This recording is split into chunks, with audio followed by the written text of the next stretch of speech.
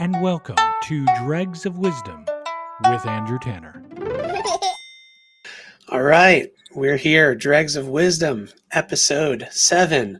We have an amazing guest today, my good friend and colleague, Micah Mortali. Micah is a visionary leader and expert in mindfulness, rewilding, and nature connection. He's the founding director of the Kripalu School of Mindful Outdoor Leadership, which is a pioneering training program that certifies mindful outdoor guides to lead experiences that promote deep connection, awe, and healing in the natural world. He's also author of the book Rewiliding, which we'll be talking about today, that I've been enjoying and eating up over the last week. And his book, oddly enough, and we'll probably get into this story a little bit later, it found itself onto the International Space Station in 2022 because it was a profound impact on one of the astronauts, Colonel Mark T. Vanity. So we have a lot to talk about. Micah, I do want to get right into things, though. So really important first question. How would you say the Cold War influenced geopolitical landscape of the 20th century? Great subject. Definitely something that kept me awake at night in elementary school, in the Reagan years, for sure. Is that a serious question? No, that's our little trick that we do to everybody. It's our homage to Between Two Ferns. Have you seen it? So we asked Jill Miller. Hey man, I'm game. I think it's a fascinating question, and I'll dive into it if you want. Oh yeah, do you have anything? You have anything to say about the topic? Jill Miller had quite a lot to say about our 31st president, Herbert Hoover. Yeah, I guess for me, growing up in the 80s, we grew up in the 80s, and the potential of thermonuclear war was like super disturbing, for all of us, like living in the post World War II time frame. And I think how it influenced geopolitics, it's a huge question. I'll tell you how it influenced action movies in the 80s. I definitely was a huge fan of Red Dawn. I think it was actually the first PG-13 movie. Red Dawn was your first PG-13. Patrick Swayze, all those dudes, classic film. So I guess I'll just, before I go too far off the rails, just say Red Dawn, great movie. That is hilarious. I actually wrote a letter to Patrick Swayze when I was like 5 years old, but it was why? My mom kept it because I thought he was cool as the dancer in Dirty Dancing. And I danced for like 15 years. I don't know if you know that about me. I was like tap, jazz, ballet secretly. I was like Billy, whatever, and I would go to hockey practice after dance recitals and stuff. Dude, that's awesome. There's a whole they secret say, life. Never give a sword to a man who can't dance. You gotta have the full spectrum. And I have to say, his SNL skit with Farley when they did the Chippendales audition is one of the best things ever done. And I love Swayze, and I miss that guy. I was sad that he passed so young. Just an amazing dude. Yeah, he was awesome in Roadhouse too. Hey, so we mentioned in your bio, I thought it was really cool, and I'm deep in your book right now. To be honest, when you first gave it to me a couple years ago, I kind of skimmed through it, but I wasn't ready for it. I wasn't into nature as much as I've realized the importance of it now, and now I'm eating your book alive. I don't know if you want to share a little bit about how did your book end up in the space station? How did that happen? Isn't that crazy? So the way it happened was, well, I guess first off, let me back up a little bit. So when I wrote Rewilding, it was about nature and rewilding and mindfulness and ancestral skills and all this stuff. But I found myself while I was writing the book wanting to write about Edgar Mitchell's experience during the Apollo missions. And Edgar Mitchell, when he was on his way back, he was looking out the port window of the command module, and he had this spiritual awakening experience where he described knowing that the cells that his body was made of are made of the same elements that the spaceship was made of, that his fellow astronauts' bodies were made of, that the Earth, so he had this embodied experience of feeling at one with everything while he was up in space. And it was so profound that when he got back to Earth, he basically spent the rest of his life studying human consciousness. I thought that was really interesting because I saw a connection between his experience and then experiences that I'd had just walking in the woods and having that feeling of what Thich Nhat Hanh would call interbeing, where, you know, maybe through the breath or through just observation of the elements, it's possible to really feel like we are all deeply interwoven, you know, both in a way we can feel in our bodies and then now knowing like through the quantum world, like truly, you know. So I found myself wanting to write about the overview effect, which is the phenomenon that Edgar Mitchell experienced that now has a name. And it's something that many astronauts have experienced, being able to be high above the Earth and looking down and being able to see that from that perspective, there are no borders between nations, and you know, that pollution moves where the wind blows and where the water flows, and the Earth is a system, right? It's this closed system, and so they have that perspective physically, but as practitioners of different awareness practices, you know, we can have those experiences down here on the ground. So I wrote about that in Rewilding. I wasn't sure if it was going to land. You know, this was a nature book and I was writing about that, but I just felt like it was part of my story. So it landed. Yeah. Is that how? Sorry, go ahead. Oh no, I was just going to say, because I remember reading, you put that in the book. I remember reading that like a couple days ago.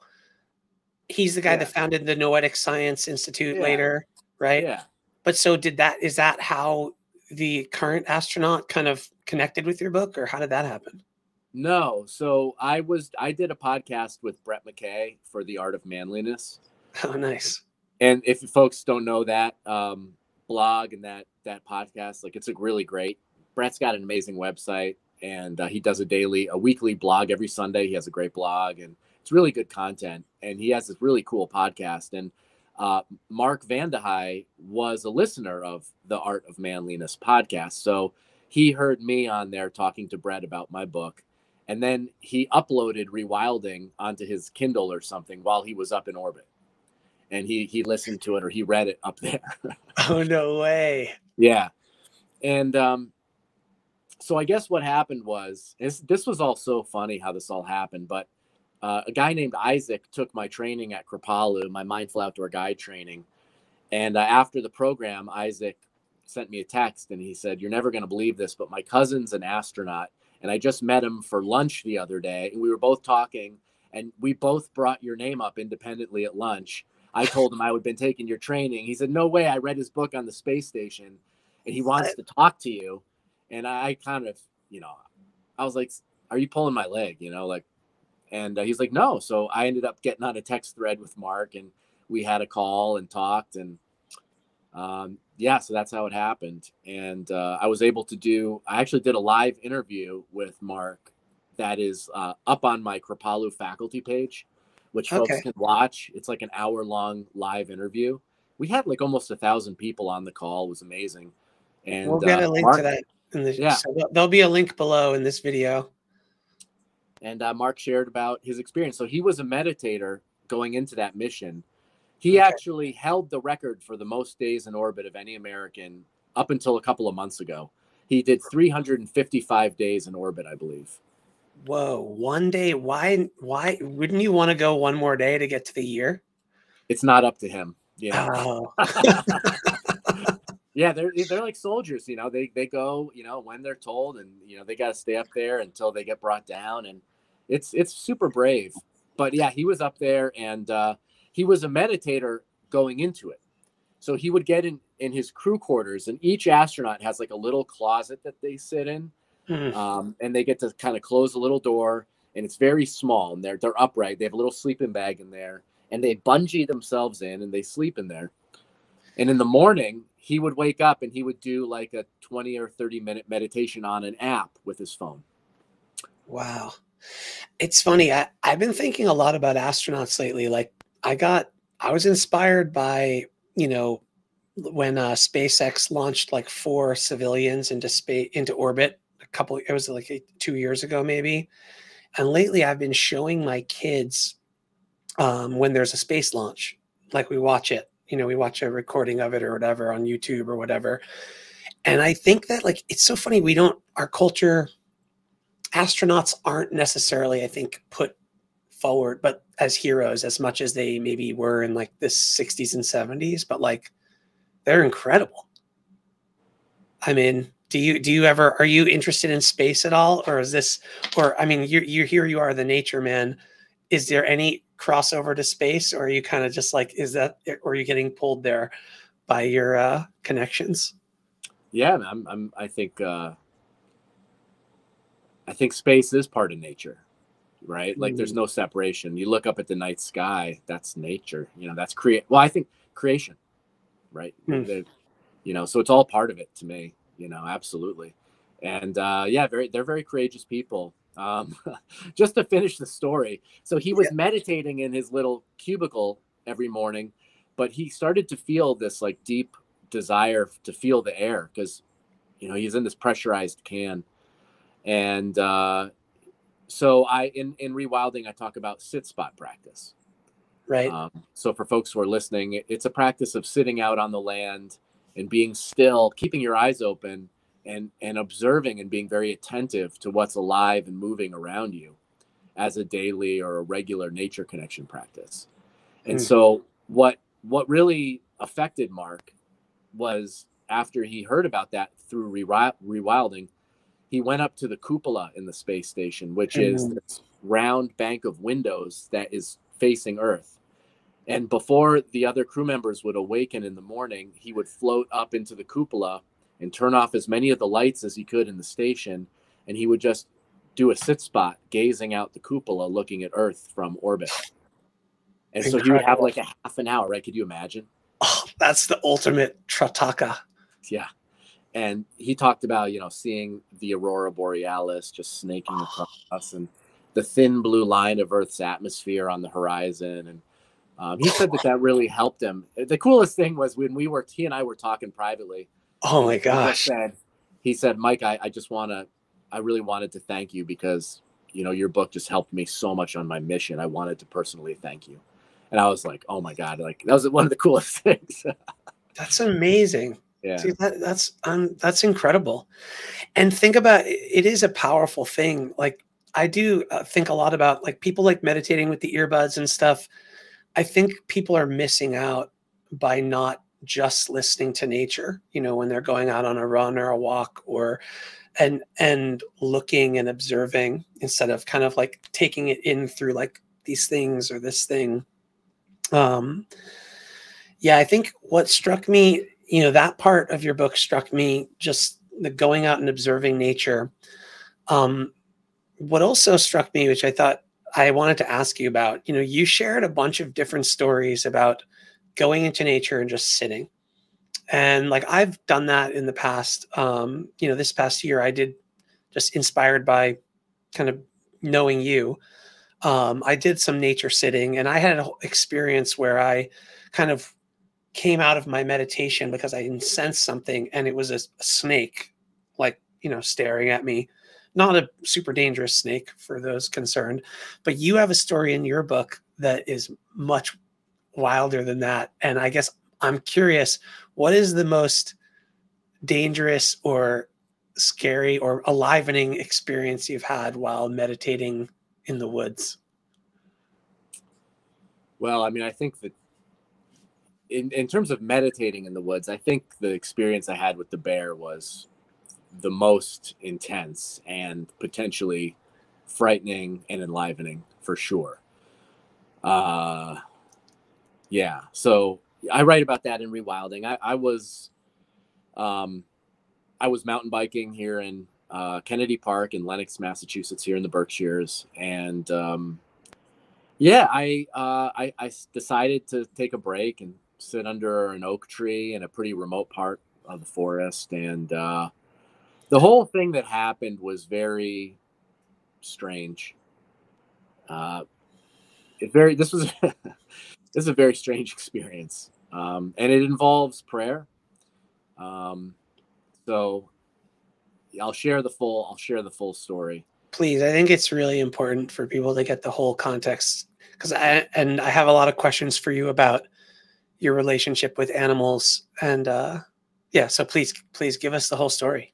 Sure. So this was during a time in my life when I was pretty focused on my spiritual practice and on prayer and on visualization, and I was praying quite a lot, and I guess you could say, now that I look back, I was in a process of building my faith. And when you start to dabble with manifestation or prayer or things like this, I think the subject of faith comes up a lot, and the idea being that, the greater our faith, and you could think about this in terms of like maybe quantum mechanics as well, or things like that, that our ability to receive something is reflective of the likelihood of it coming into our lives. In any case, I had a lot of faith built up at that time, and it had been having a lot of synchronicities and things going on around that time. I sat under a tree, and I basically asked for, I was very grateful. It was a beautiful October day. I had finally found like a place where I felt like I belonged, here at, working at Kripalu and in the community I had found. And I'd kind of been lost for searching and often feeling lost in the years leading up to this, and was really on a quest throughout all my 20s. And, though that's important, spiritual quests are important, but, they're also really sometimes they're super lonely and frightening, to be sort of way off the path and not always sure what you're up to and not sure if it's going to all pan out and things like that. So, so you were in your late 20s. You had just found Kripalu. You were volunteering at Kripalu at the time? I was working there. I had gotten a job. Yeah, I was working. Okay. Yeah. And were you married yet? Were you? No.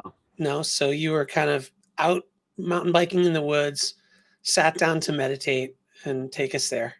Okay. So I sat down to meditate, and I asked the Holy Spirit to sit with me. That was pretty much the words. I asked for God to be with me in that moment, and not because I wanted anything, but because I was just so grateful for the fact that so many good things were coming into my life. I wasn't asking for help. I was asking for company. That's awesome. That right there is a point just to put out there. Like, you weren't asking for help. You were just asking for company. Yeah. Yeah. And a few moments later, I started to hear like movement in the woods, and I thought it was somebody walking, somebody else hiking. And, the footsteps got closer and closer and closer. And the next thing I knew, I heard this branch break like 12 inches behind me.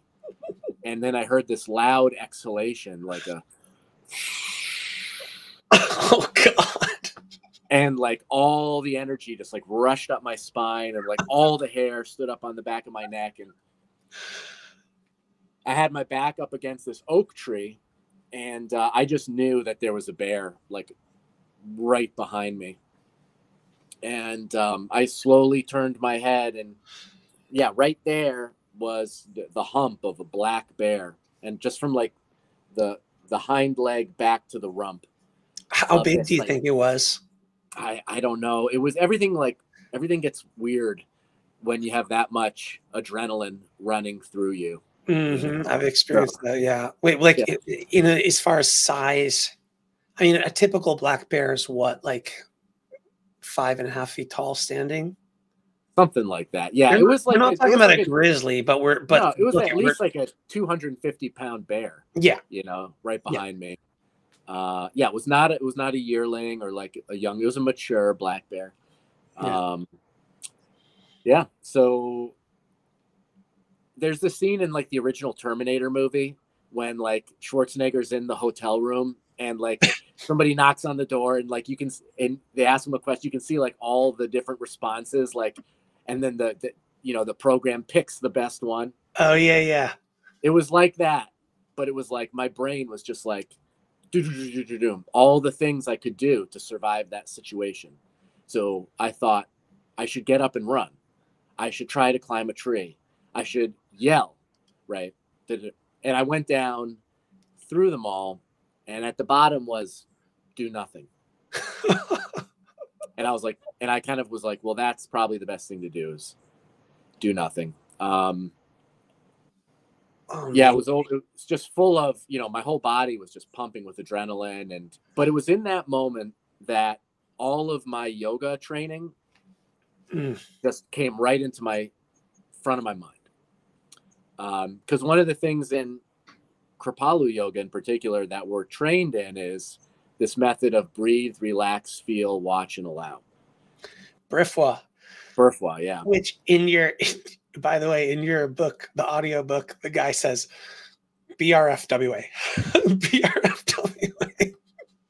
Maybe one of these days they'll let me re-record that. You got to re-record it. It's still awesome. Honestly, I highly recommend listening to audiobook. It's actually still quite good. There's just some yoga terms that the speaker doesn't know, but it's fine. So my trainer, this guy Yoganand, who's like a master yogi, when I did my training, one thing he said to us, because Kripalu is a form of Tantra yoga, and he said to us that, fear is just energy. And so what we tend to do is something will happen and this energy will come in, will arise in us.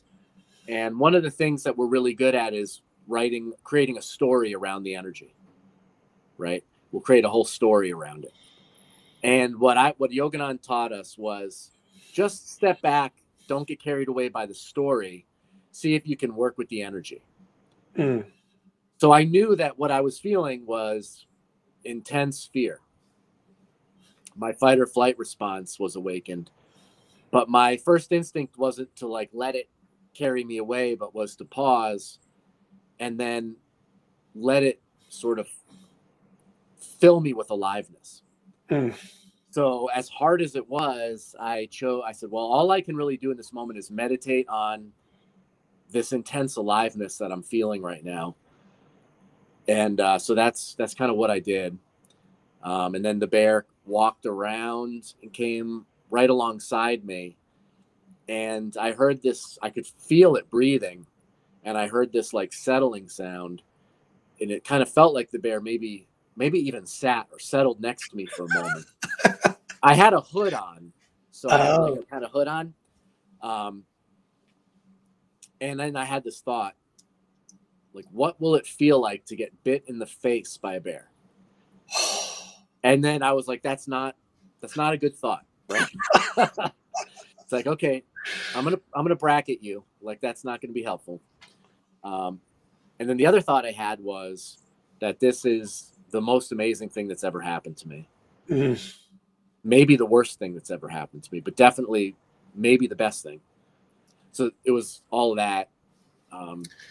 Did you have any thoughts like, I am ready to die, or like, I let go of everything kind of thing? Or maybe not necessarily as a conscious thought, but as a experiential, like, was there a total surrendering, or was it no? Curious about that. Great question. No, definitely not. The idea of being killed by a bear was not something I was ready to surrender to. I mean, it was more like I was really hoping that didn't happen. So it wasn't complete surrender, because I was really hoping that I would not be, the bear wouldn't feel threatened. But that I was like, I just don't. My sense was I didn't want to threaten the bear, but at the same time, the whole thing was so overwhelming because of what had happened right before the bear showed up. Right. So you literally like asking the Holy Spirit to join you, to sit with you. And here's the bear. Yeah, it's like pretty amazing. And then the bear got up and walked away, and I did turn and look at the bear, and the bear turned and looked back at me as they were kind of going over the hill, and they had like a big butt, like just this, bear sort of wobble side to side, and they walked. So it was very relaxed. The bear just kind of turned and looked back at me, and I looked at the bear, and away they went. So, yeah, that was, up until the moment my children were born, it was, the most intense thing I'd ever experienced. You wrote in your book that you got on your bike and like sprinted away at breakneck speed eventually. But then for like a week, you were in a kind of euphoria, right? Or what was it like following that? Like having that really near death experience, right? I mean, regardless, like the bear never tried to eat you or attack you, but for all intents and purposes, your brain and nervous system experienced a near death experience. Wouldn't you say? I mean, something like that, I think. Yeah. I mean, something like that. I think I was, it was weird. It was kind of like, it was kind of like how I felt after like meeting Mark for a week. It was like such a high, it was so high. Meeting who for a week? Sorry. When I found out that Mark read my book on the space station, it was okay. Very similar kind of an experience. It was like,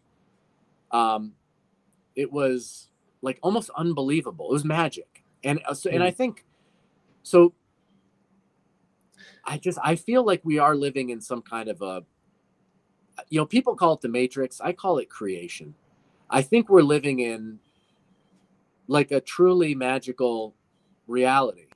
And I think there is a creator. And I think that there are ways that great teachers have shared to like, I don't know if it's to create glitches, but to create openings for magic and wonder. And sometimes they happen. And I think it's important to talk about them because sometimes the nature of media and the modern world can try to put our light out, or cause us to feel hopeless or like everything's bad or like, everything's dark. And the truth is it's not. Like there's so much magic and wonder in this world. And so I only share this story and these things because it's like just in the hopes that it'll like help other people connect with that light that they're holding and the magic that is available for them in their lives. And for me, nature's just kind of been my point of contact. So do you think nature is kind of the universal point of contact and that the world, as we've kind of getting back to that question about the Cold War and kind of the trajectory we've been on as a society for, let's say, the information age, do you think that information age that takes us away from nature is maybe a force that is taking us away from magic? And or I'm curious what your thoughts are, like how do people get magic? And I know maybe you can also talk, you mentioned, the Holy Spirit, you're a Christian.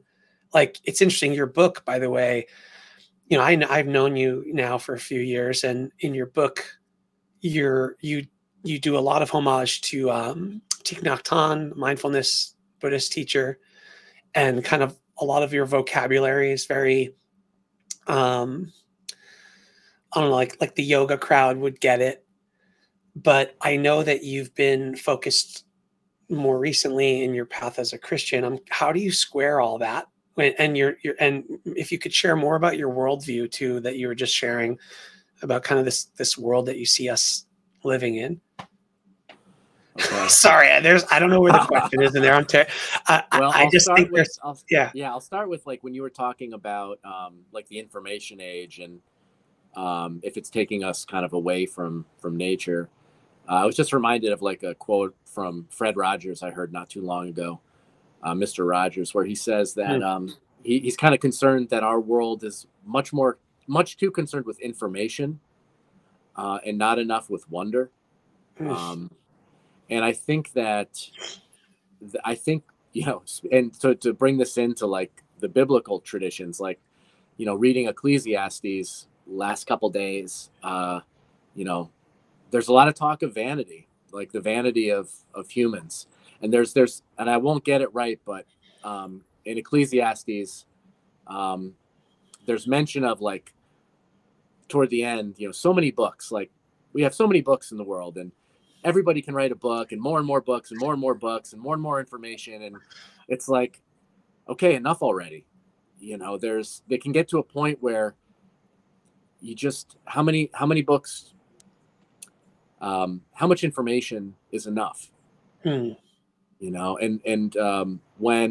that was 1800 years ago. Well, that's the thing that got me. I was like, what? Like 1800 or more. It was more than 1800 years ago. This is like, right? Because Ecclesiastes, is that part of the New Testament or Old Testament? No, Ecclesiastes is Old Testament. So okay, that's like 2,500 years ago, right? Yeah, right. So there's nothing new under the sun, right? There's nothing new under the sun. And I think as we look and we start to realize like how many advanced societies and civilizations there have been on this planet. And as the timelines keep getting pushed back, like into the last ice age and during the last ice age of advanced civilizations. So I think, not to say it isn't great to learn and keep expanding, but I think that,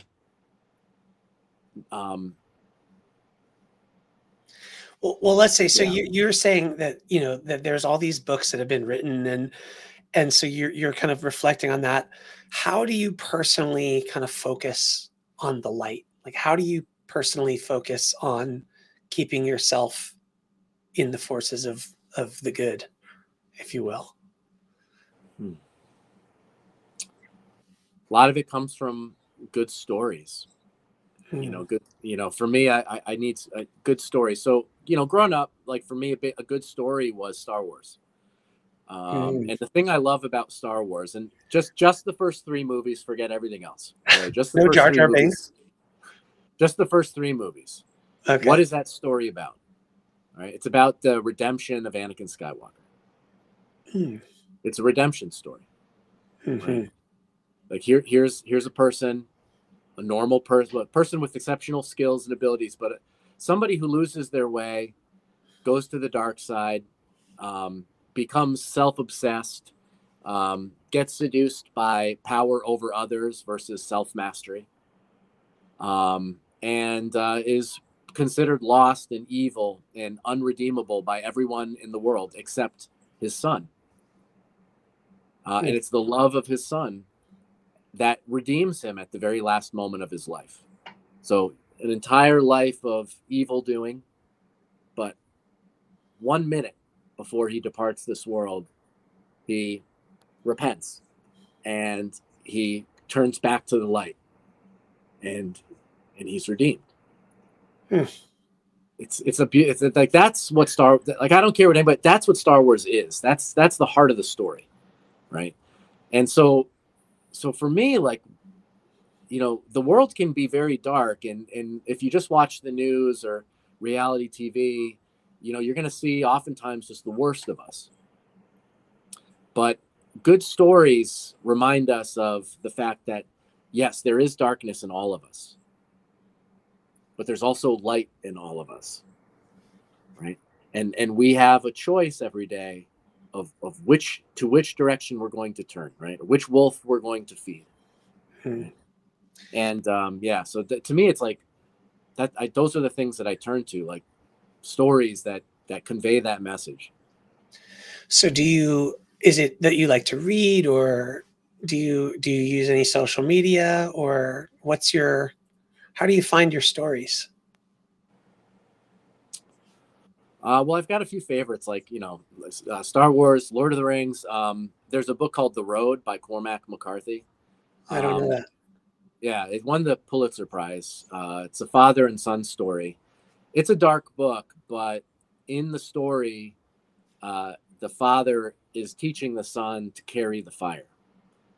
Oh, yeah, I saw a social media post you did about this. Sorry, Yeah. continues. Can Oh, you it's okay. tell that story a little bit? Well, the book is it's a wonderful book. Cormac McCarthy, one of the greatest writers of American writers of the 20th century. He passed away, I believe, last year. Um, this is a very beautiful little book about a father and son who are living in a post-apocalyptic America. There's hardly anyone left. The earth is destroyed. Nothing grows. Everything is dark and bleak. And it's about it's pretty much the darkest scenario that you could imagine being in as a parent. And it's just this father and son, and they're each the entire world to the other, because it's just them traveling together, and they have their beautiful love between this father and son. And the father is just teaching the son that, that they carry the fire, and that even though there are cannibals and people who are, going to their worst, that they don't, and they don't steal, right? Even in that world, they don't steal. They don't take what's not theirs. They're the good guys, and they carry the fire. And it's a very simple message, but, even in yoga, we say, honor the light within you from the light within me, right? It's just that simple message. And I talk about it a lot in the programs I lead, because we do a lot of birthing fire. We breathe fire into the palms of our hands. And it's a symbol, it's a practice, it's a rite of bringing your light forth, of carrying the light. And I think we all, every one of us could have such a huge impact, if every time we turn to that and we decide that we're going to be the light carrier. So yeah, that's a good story. And of course, I read the Bible, and I read, I read a lot of old stories. I definitely, by the way, quick plug, Micah is going to lead a workshop on making fire and carrying the light at the Berkshire Yoga Festival this summer. I've had the pleasure of, remember that time you and I went cold plunging a couple of years ago? It was like in February, we hiked through the snow and then got naked and jumped into an ice cold stream, and I'm freezing. And Micah somehow made a fire in the snow. I don't know how you did it. It was in 2 minutes, he made a fire. And I was blown away by that. And I just want to quick plug. I do think everyone should experience making a fire in an ancestral way. You talk about that in your book too, and about the kind of magic that brings for people. I think that's a quick little, even in my solo stove, which is the easiest thing to make a fire in, when I make the fire, my kids sit around it, and there's something about sitting around that fire that brings people into that world of reverence that I think you're describing earlier. Yeah, agree, 100%. You're such a level-headed guy, I think, and you've obviously done a lot of spiritual practice and yoga practice. What would you say though, triggers you in the world we live in today?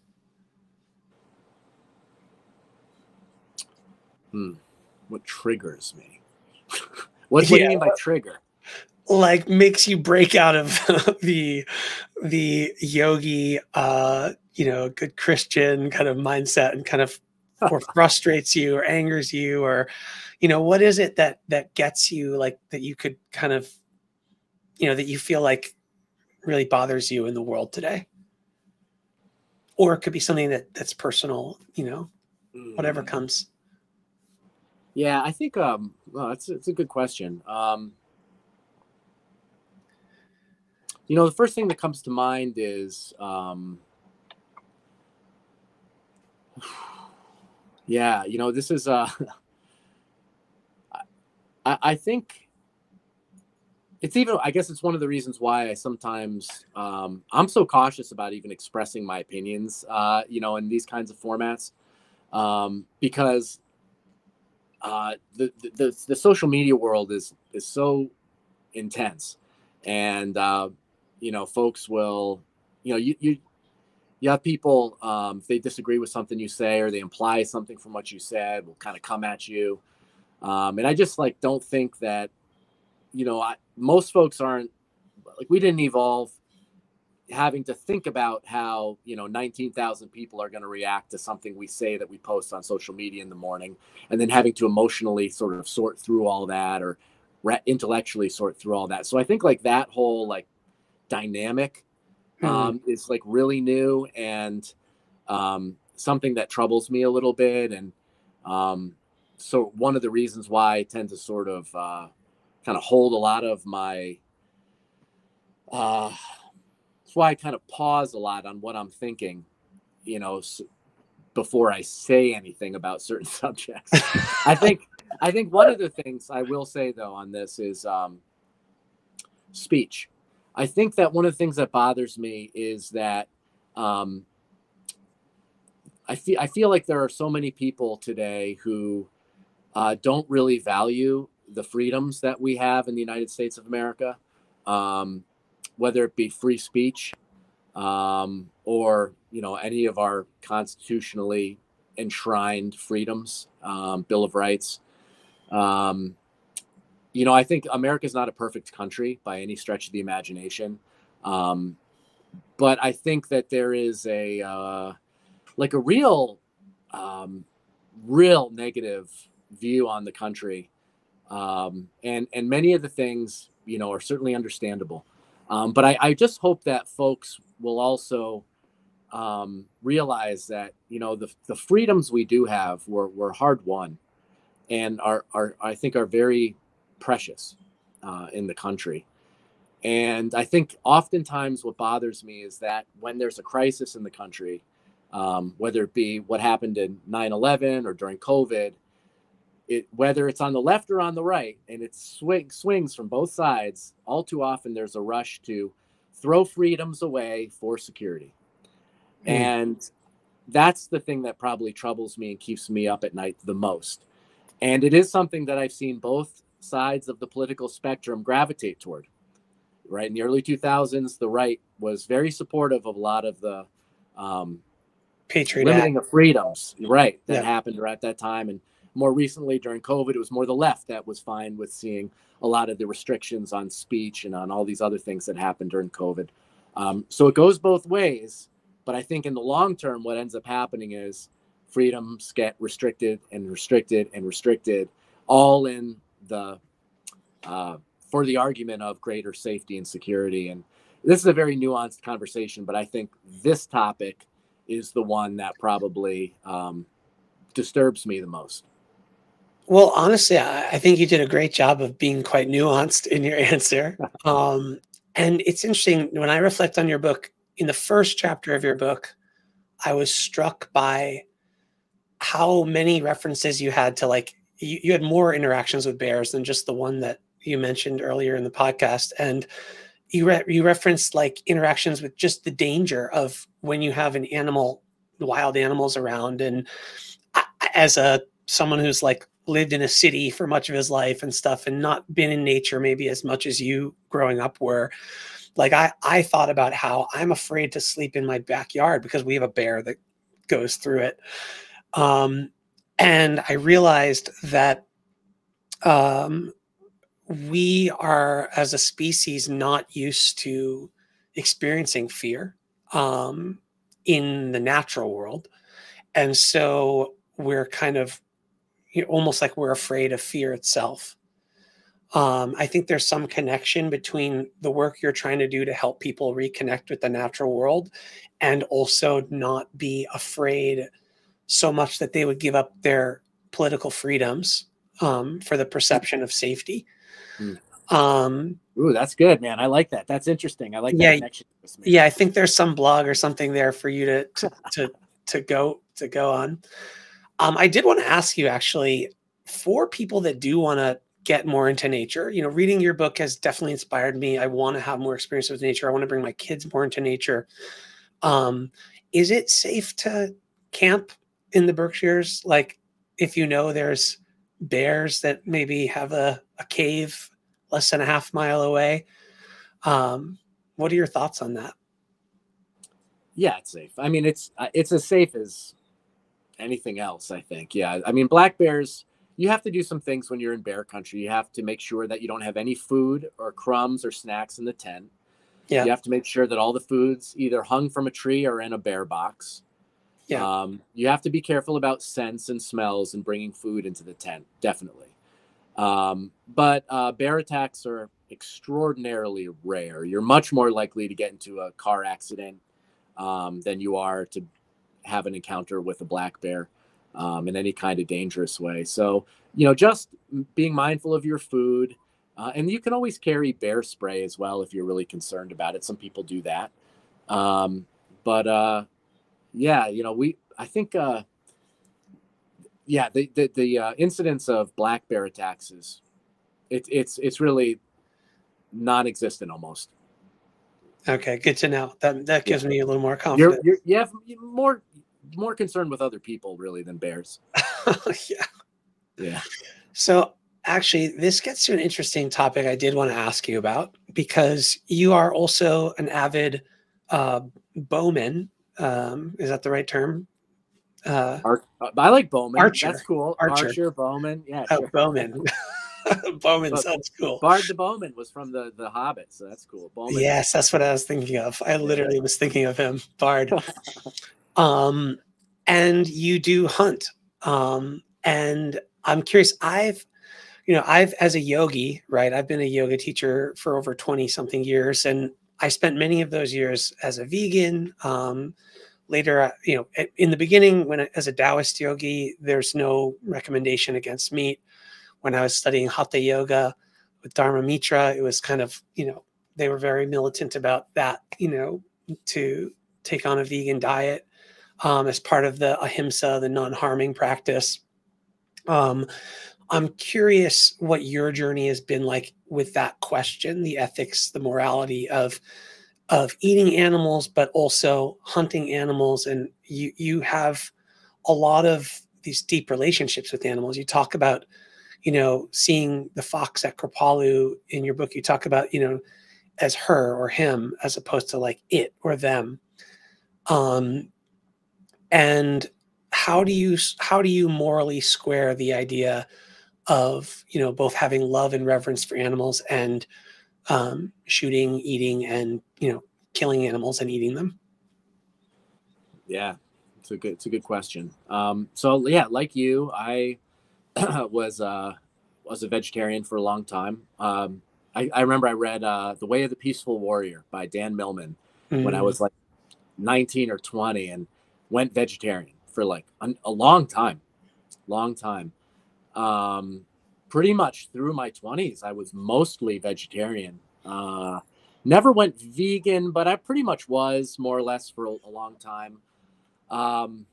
Yeah, when I was like 28 or 29, I was probably down to about 150 pounds. When I was practicing yoga, yeah, I was really skinny and like didn't feel strong or healthy. Actually, I got to a point where I just realized that like I didn't like feeling, so I just didn't feel healthy. I never did my blood work or anything like that, but I'm sure my iron was really low. And in any case, I explored that world for a long time, and I had some good experiences, during that time, and love to eat vegetables, and I love a varied diet. Diet is such an interesting thing, and especially from a religious standpoint. What we eat and what we don't eat is one of these things that oftentimes become religious and can separate people, and has for a long time, right? And so some people, who might be like, maybe they're primal, or they're, some folks who are on like a really like a primal diet or like a Neolithic diet might feel super like this is the way. And somebody else might go vegan and be like, this is the way. And I think it's important to remember that I try to stick to the aphorism, to each his own, as far as food goes. I think that's a personal choice, what you choose to eat, what I choose to eat. I think it's less important what goes into our mouth than what comes out of our mouth. I didn't make that up. Jesus said that. Okay. But what do you think? Back in the day, like when he was walking around, when he was alive, there was a lot of concern, right? Certainly like in the Jewish tradition about what you could eat and what you couldn't eat. And that was one of the most controversial teachings that he taught, was that, what defiles you isn't what you eat, it's what you say. Right? Did Jesus eat meat? Do we know? Good question. I'm not sure about that. I mean, yeah, the historical Jesus questions are a lot of, I don't know what it says in the Bible on that. I think if he was a vegan or vegetarian, we would definitely know. It's vague. It's vague. It would be the number one talking point. Yeah. The Bible's vague on that point. But I don't think he would have been too concerned about what you or I ate. What do you think? So have you ever, you obviously care about the suffering of animals. You're sad when an animal, when the fox at Kripalu, I don't know what you guys were calling her, but when she died. But how do you deal morally with the question of, killing animals and eating them? Personally, and I know you're not trying to tell others how to do, but I'm just curious how you kind of think about it for yourself. Well, everything has to eat to live. Everything has to kill other things in order to live.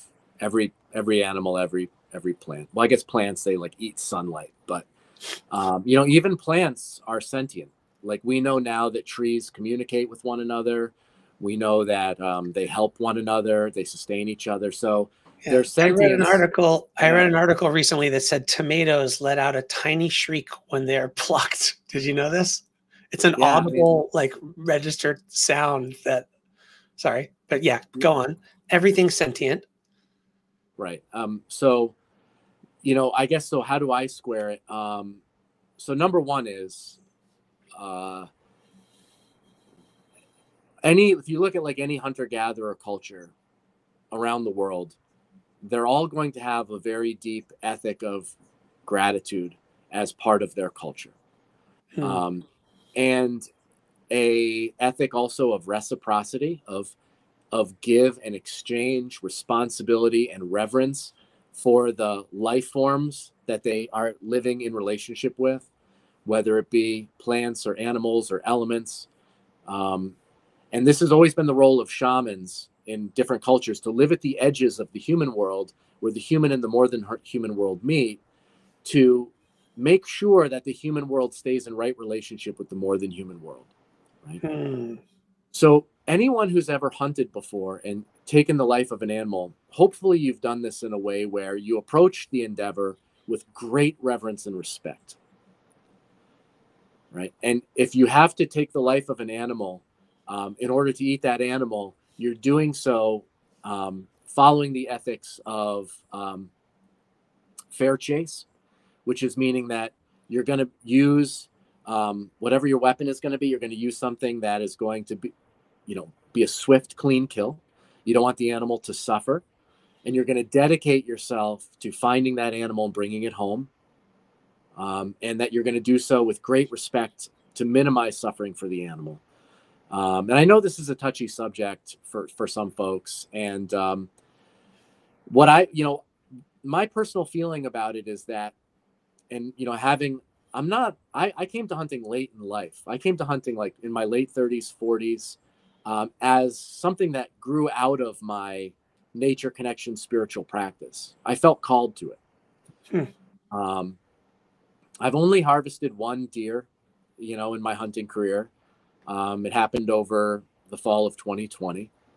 And it was a profound experience. I spent hundreds, I think it was over 100 hours sitting in the woods that season, connecting deeply with the land, and had a friend who helped me, harvest the animal and process the animal. And so the thing is that personally, I feel that hunting done properly helps us have even greater appreciation for life.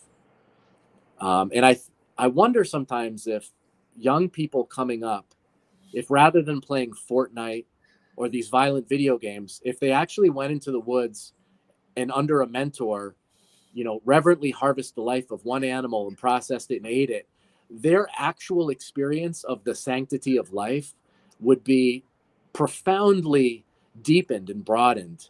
Yeah. So we've sort of put violence into this. We've desensitized ourselves to it, and hunting in a reverent way can be a very beautiful thing. I have two really things I want to ask you about. One, I had that. What's crazy is I had that exact same thought recently. I was driving up to North Adams, and North Adams has some issues right now with gangs and drugs and youth, having a lot of issues. And I thought to myself, like, it would be so good if instead of like giving these young kids, like, if you brought them into the woods and actually train them safely on how to use a gun and how to hunt, like, or a bow or something, and have that experience.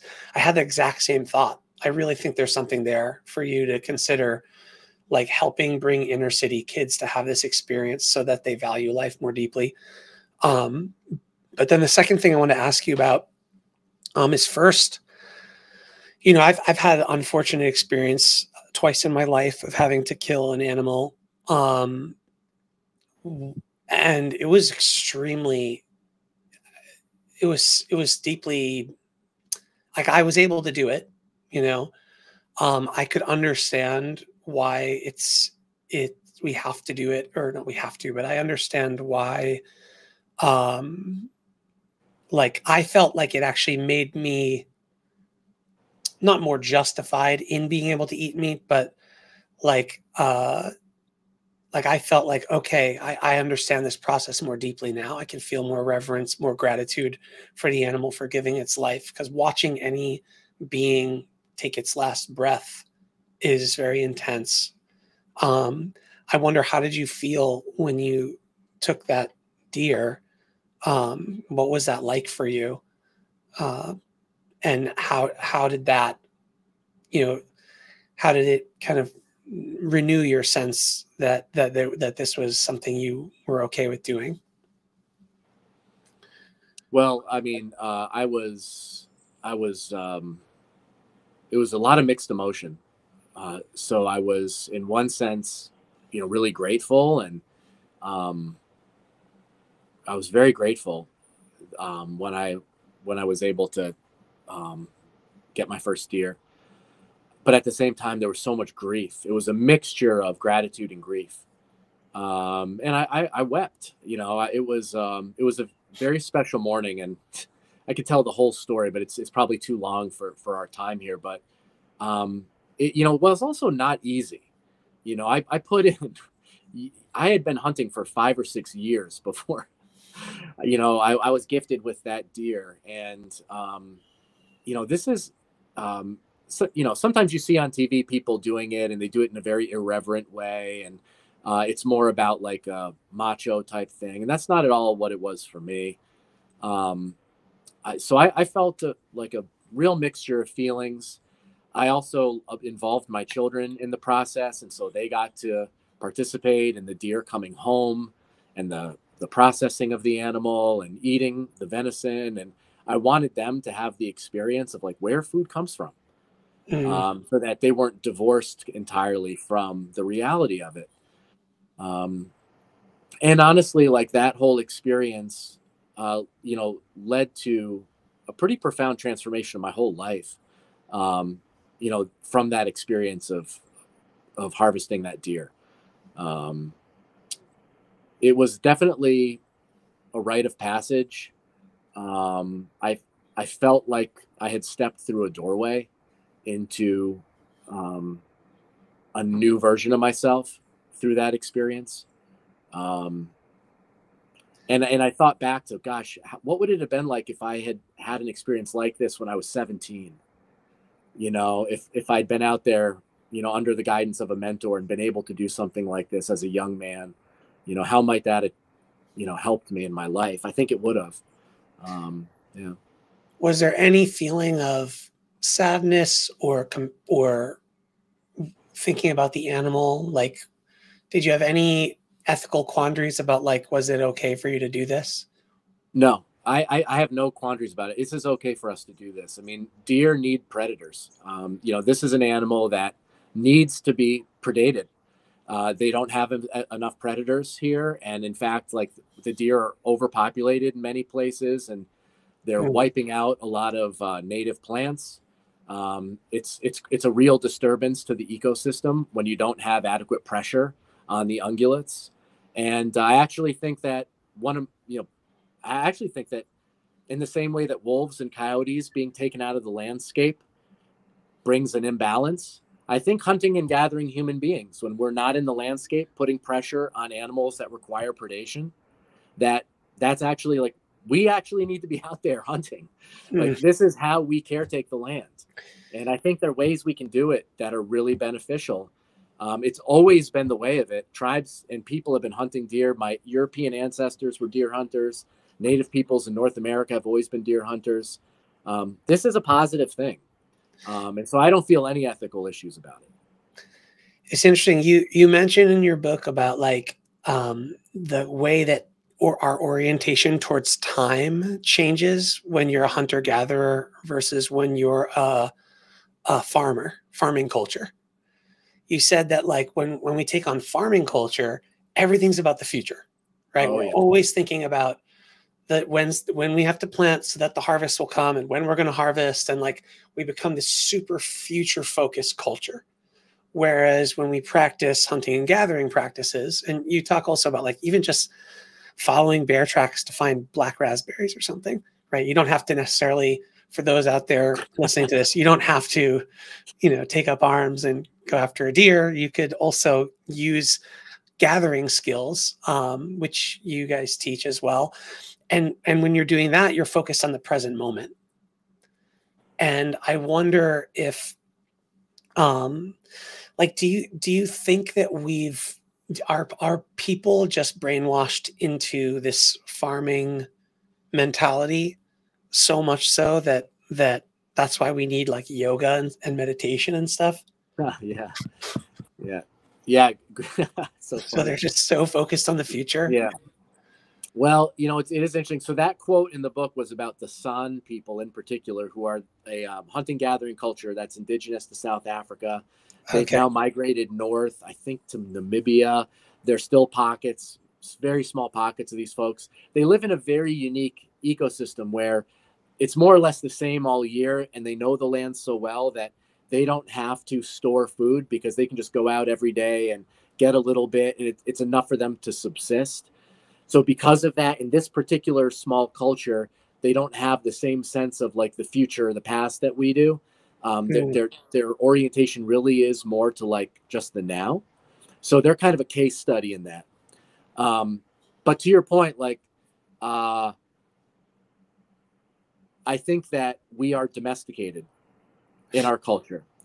Like, so most of us are like like you take a wolf as a wild animal, and then over time, like there's this meme, the wolf sees a fire and it thinks, maybe if I go over there and talk to those people, they'll give me some food, right? 10,000 years later, you've got a Chihuahua, right?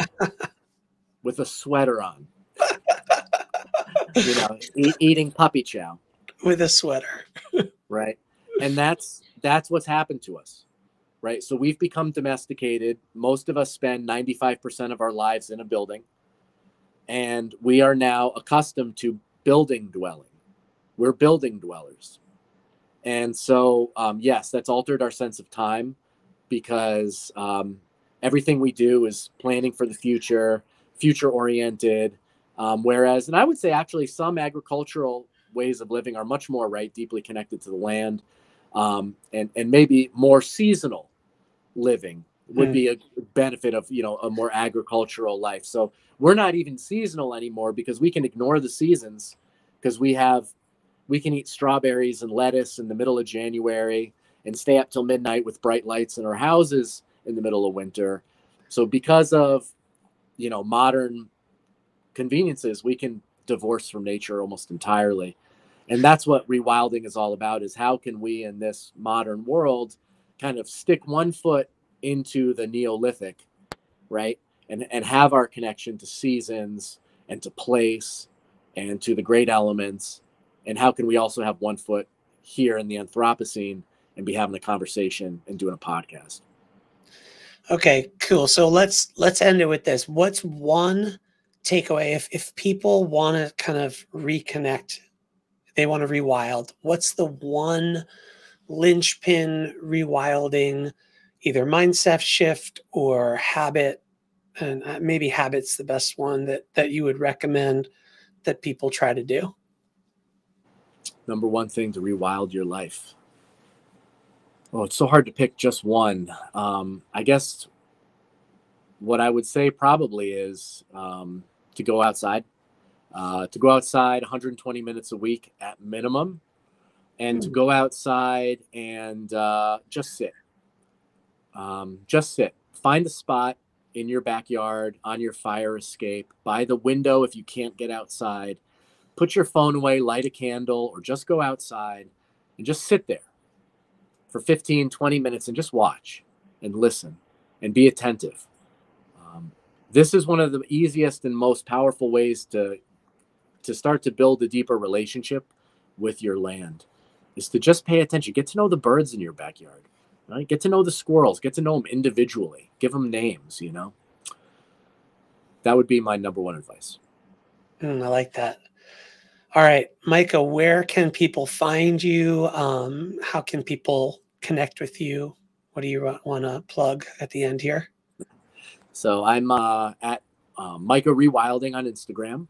So I'm pretty active on IG. You can find me there. My website is www.micahmortali.com. And you can also find me on the Kripalu website. I have a faculty page there with a lot of writings and blogs and upcoming programs.